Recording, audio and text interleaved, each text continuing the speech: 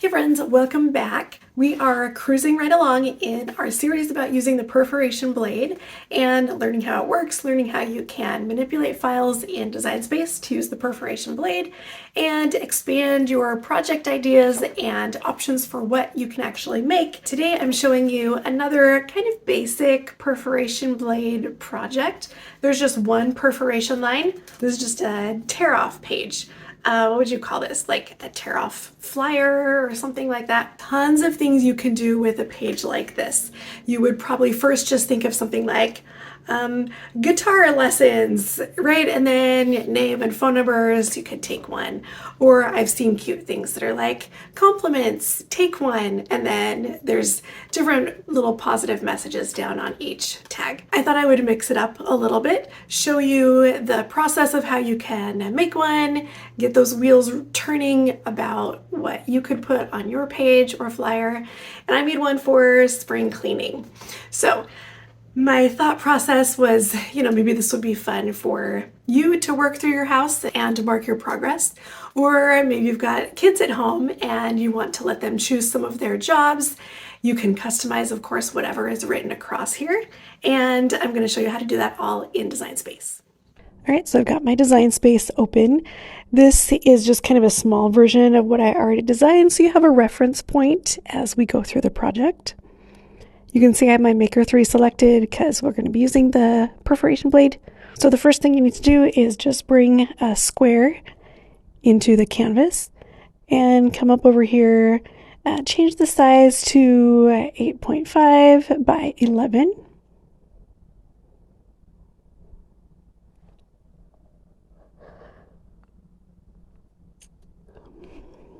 And you can also see I have the background of my canvas turned pink so that I can easily see where my paper is. Click that and change the color up here. All right, start by going to Shapes, bring in the single line, rotate it 90 degrees, and then drag it over and extend the line so that it goes all the way across the page. This doesn't need to be exact, but I have it placed about 3 inches up from the bottom. Come up here to the operation and change it to perforate, and then let's attach those 2 layers together. We're going to be doing a lot of attaching in this project today. Okay, bring in another line. This time we're going to change the height to 3 and change it to basic cut. So this is going to separate the tabs all along the bottom of the page. Duplicate that 6 more times. We're making 7 cuts all the way across the bottom so that we end up with 8 sections.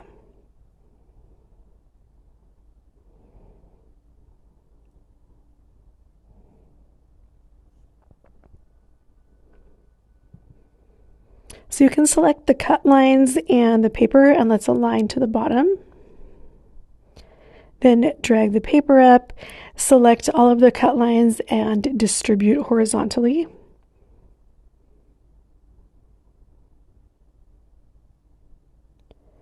And when I kind of center that, I can see I do have my 8 segments, but the 2 on the ends are too skinny. So I need to scoot over the lines a little bit, and then I can select them all again so that I can distribute horizontally again and make sure that they look better spaced out.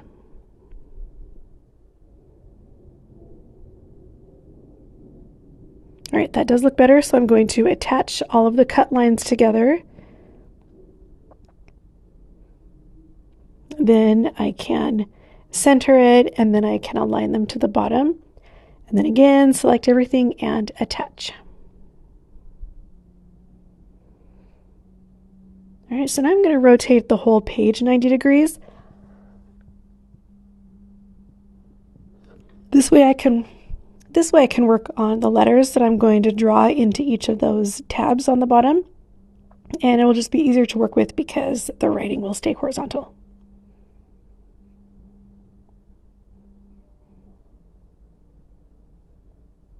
So for the jobs, I'm going to use the Cricut Sans font and then change it to writing.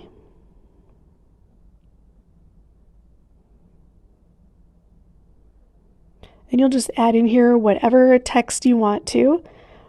I'm duplicating, I'm going to use the same 4 words twice. So I'm just going to size it so that they will fit in the width of the tag.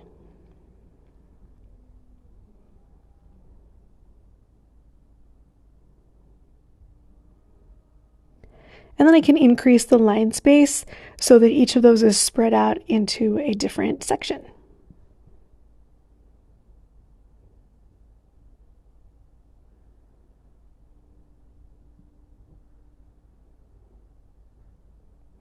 If you were going to put the same text in each little tear off tab, then you could just fill it out and size it once and then duplicate it and put it in each of the sections.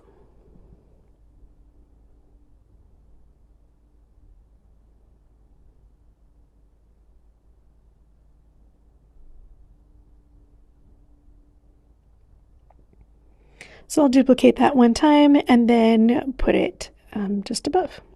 So now all of my little tags are filled in. Again, select everything and attach. And then we can rotate minus 90 degrees and get our paper set back up again.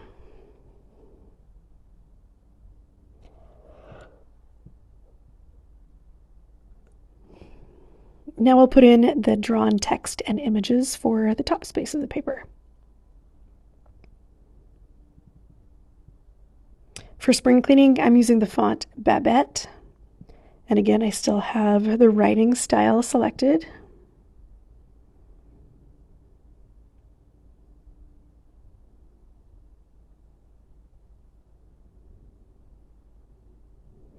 I'll add another text box for checklist. I'm putting it in all caps, and I'm using the font Basecamp.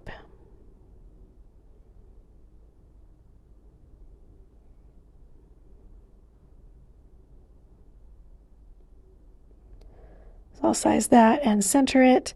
And then for the images, the first thing I'm going to search for is flower. I want to find a line drawing. I'm going to click the box that says draw only. And it looks like it's too dark, but don't worry, the pen line is going to follow that just fine. So come in here to the color. I'm going to choose Fine Point because those are the pens that I have, and I'll choose this pink color. Okay, then for my next 2 pictures, I just searched for the word clean, and I found a spray bottle and a vacuum. So select those, click Add to Canvas.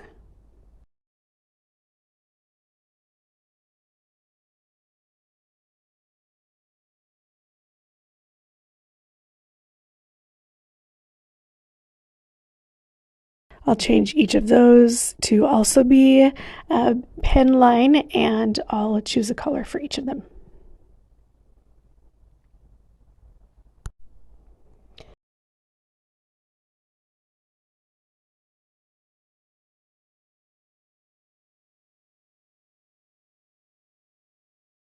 So position those in the white space of the paper and rotate or resize them if you want to. And then again, select everything and attach. I'll delete my little reference image. Click Make It. And then right here, it was so small, I realized I had done something wrong. Okay, so I hit cancel, went back to the mat, and realized I had this set up in metric. And so I had it at 8.5 by 11 centimeters. So the way to change that is to go to this menu, click on Settings, click on Canvas, go back to Imperial, and then I could change the size again. So yeah, that was only going to be about 4 inches tall, which I knew was not right.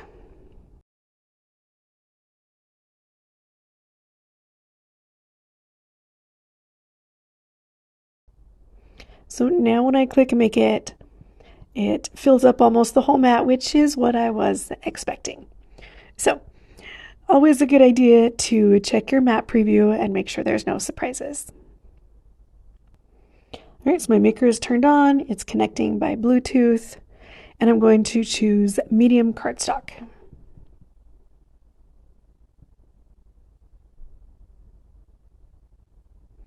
It shows me that I need to put in the black pen first and also the perforation blade. And before I go to use my Cricut pens, I just like to do a quick little test with each one of them to make sure they're working well and they haven't dried out. Everything looks good. So here I'm taking out the fine point blade and putting in the perforation blade. Then I also have the black pen ready. Push up a little bit as you're pushing the pen down to make sure that it clicks into place. Then I load the mat, hit go, and it's going to draw out everything that has the black pen.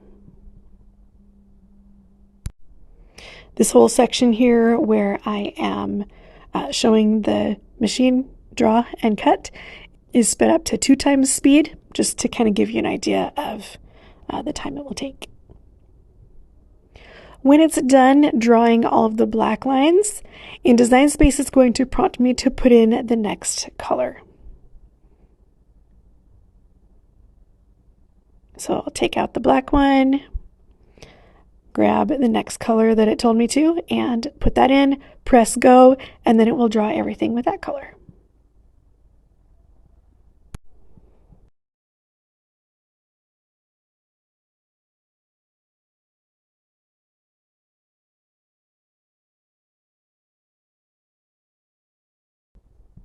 When that's done, it's time for another pen switch.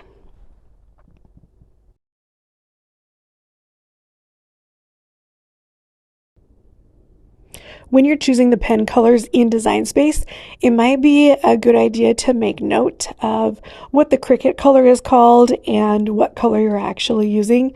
I've just noticed that some of the Cricut color names are not descriptive enough. And so if you have cactus and sage and, especially if you're using several colors of pink or something like that, make sure you know what Cricut is going to tell you to put in so that what you end up with matches the design that you had in mind.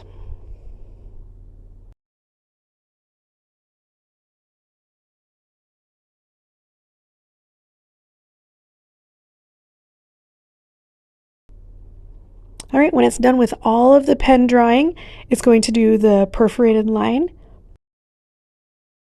And then Design Space will tell you to put the fine point blade back in, and it will do the final cuts.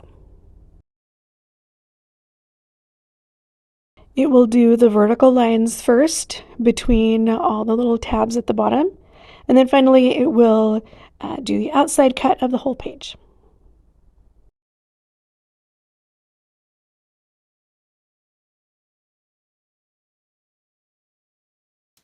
And then this is how it comes out when it's done. You can see everything that the pen drew. It drew on all of our little tags at the bottom, and then they just are split already from those cut lines, and then you can tear one off like that. Okay, so I would love to hear your ideas of what you might do for like a tearaway flyer like this. If you have any questions about stuff that I did in this project, please let me know. Anyway, thank you so much for watching. Give the video a thumbs up if you learned something new. Make sure you subscribe so you don't miss any of my future videos. And if you need to get caught up, you can go back and watch the other perforation videos also. So I'll see you next time. Bye.